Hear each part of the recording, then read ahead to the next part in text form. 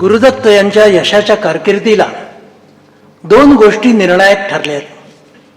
एक म्हणजे उदयशंकर नृत्य अकादमीत त्यांनी घेतलेलं शिक्षण आणि दुसरी गोष्ट म्हणजे पुण्याच्या प्रभात फिल्म कंपनीत त्यांनी केलेली उमेदवारी. उदयशंकर यांच्या नृत्य अकादमीत गुरुदत्त एक उत्तम कलाकार आणि एक उत्तम माणूस म्हणून घडले. उदयशंकर म्हणत, माझ्या अकॅडमीचा उद्देश नुसते नृत्यकार घडवणे नाही, तर इथे प्रत्येकाचा सर्वांगीण विकास झाला पाहिजे. प्रत्येक जण उत्तम माणूस म्हणून घडला पाहिजे.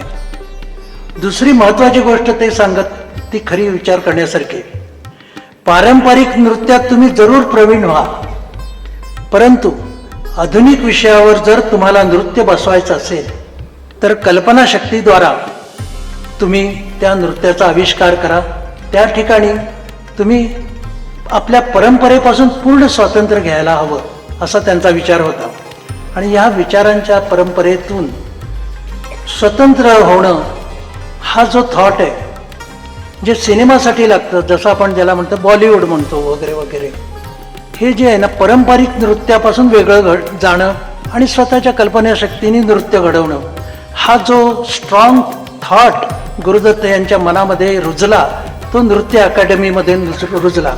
तुम्हाला कल्पना नसेल की उदयशंकर यांनी जेव्हा ही अकॅडमी काढली तेव्हा त्यांच्यावर खूप टीका झाली की हे सगळी आमच्या परंपरेतली सगळ्या संस्कृती बिघडवणार हा माणूस, अशा प्रकारची उदयशंकर यांच्यावर टीका झाली.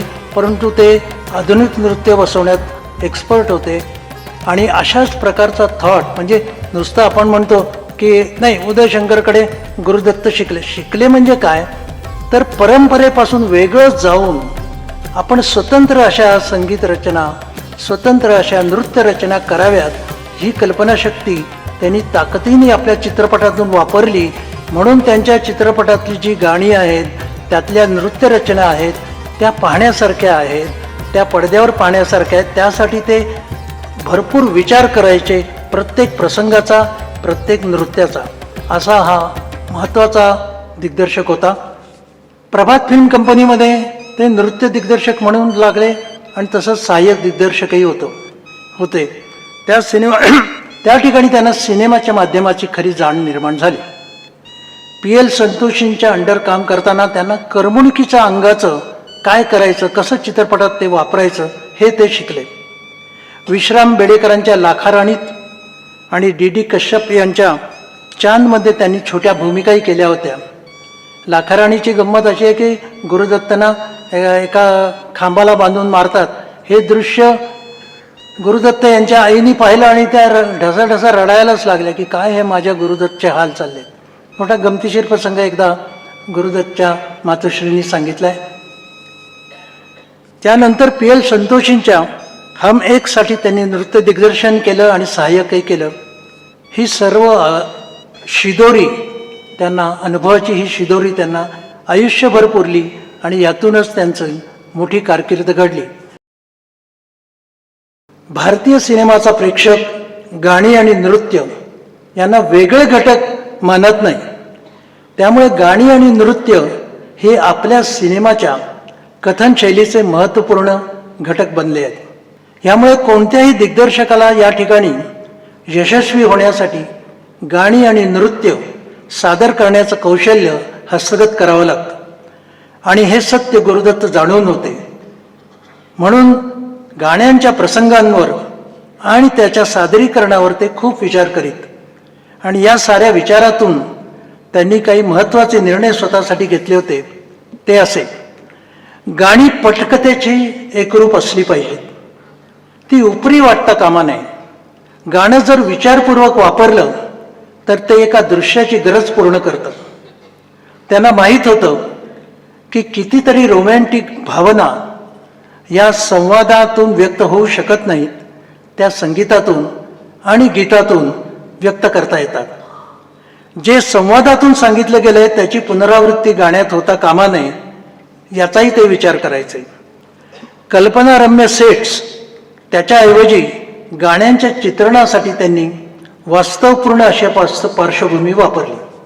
त्यांचा आणखी एक गमतीदार विचार होता की गाणी सुरू होताना गाण्याचा तुकडा असू नये, संगीताचा तुकडा असू नये. असा तुकडा वाजला की प्रेक्षक एकदम रिलॅक्स होतो की अरे आता गाणं येणार बरं का. तर त्याहीपेक्षा त्यांचा एक महत्त्वाचा विचार असा होता की गाणं श्रवणीय तर असलंच पाहिजे, शिवाय ते दृश्यातूनही भावलं पाहिजे. एकूणच गाण्यांची पूर्णपणे दृश्यात्मक विचार करून गाणी कलात्मक आणि रंजक कशी होतील या पद्धतीने ती सादर केली पाहिजेत. गाणं कुठेही डल होता कामा नये हा त्यांचा अत्यंत महत्त्वाचा विचार होता. चित्रपटांच्या विषयी गुरुदत्त फार विचार करणारे असे थिंकर होते. आपल्याला आश्चर्य वाटेल, या सुरुवातीच्या सर्व सांगीतिक चित्रपटात हिट करूनही, गाण्यांच्या चित्रणामध्ये त्यांनी कौशल्य निर्माण करूनही चित्रपटात गाणी असावी का नसावी याविषयीचा त्यांचा जो विचार आहे तो मी आपल्यासमोर सांगतो. चित्रपट चांगला होण्यासाठी कथा आणि तिची मांडणी याला जास्त महत्त्व दिलं पाहिजे. संगीताला दिलं जाणारं फाजील महत्त्व थोडं कमी केलं तर चित्रपटाचं आजचं स्वरूप आम्हाला नक्कीच बदलता येईल. संगीतमय चित्रपट असेल तर गोष्ट वेगळी, नाहीतर गाण्याचा आशय कितीही चांगला असला आणि संगीत रचना कितीही उत्तम असली तरीसुद्धा गाण्यांमुळे चित्रपटातल्या कथेच्या भावनिक विकासाला अडथळाच येतो असं माझं ठाम मत आहे. म्हणजे बघा, गुरुदत्त हा किती विचारी माणूस होता आणि त्यांना कलेची किती जाण होती हे त्या काळात त्यांना दाखवून दिलेलं आहे. गुरुदत्त यांची गाणी ही पडद्यावर पाहायची, पडद्यावर त्याचा आनंद लुटायचा आहे. खऱ्या अर्थानं गुरुदत्तनी आपल्या या चित्रपटातलं अपरिहार्य असं संगीताचं आणि गाण्याचं इलेमेंट किती रंजक करता येईल, कसं सादर करता येईल असा विचार करणारा गुरुदत्त हा दिग्दर्शक होता. हा सर्वच चित्रपटसृष्टीला मार्गदर्शक ठरला. यानंतर हेच शब्द आपण आता श्याम बेनेगल यांच्याकडनं ऐकूया. That's clearly, I mean, it was his sort of introduction into Indian cinema, you know, the way he would picturize songs, and that's had a tremendous impact on anybody who's made films after him. I'm known for my song picturization, that I picturize songs very well.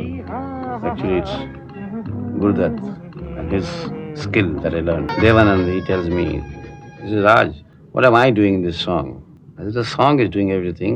You just walk. The song goes through in its entirety for about 3 minutes or so, and he keeps walking.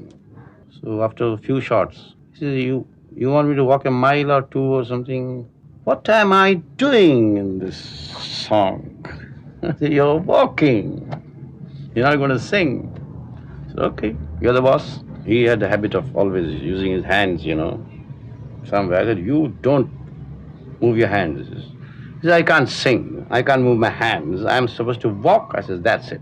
You're just supposed to walk and look handsome.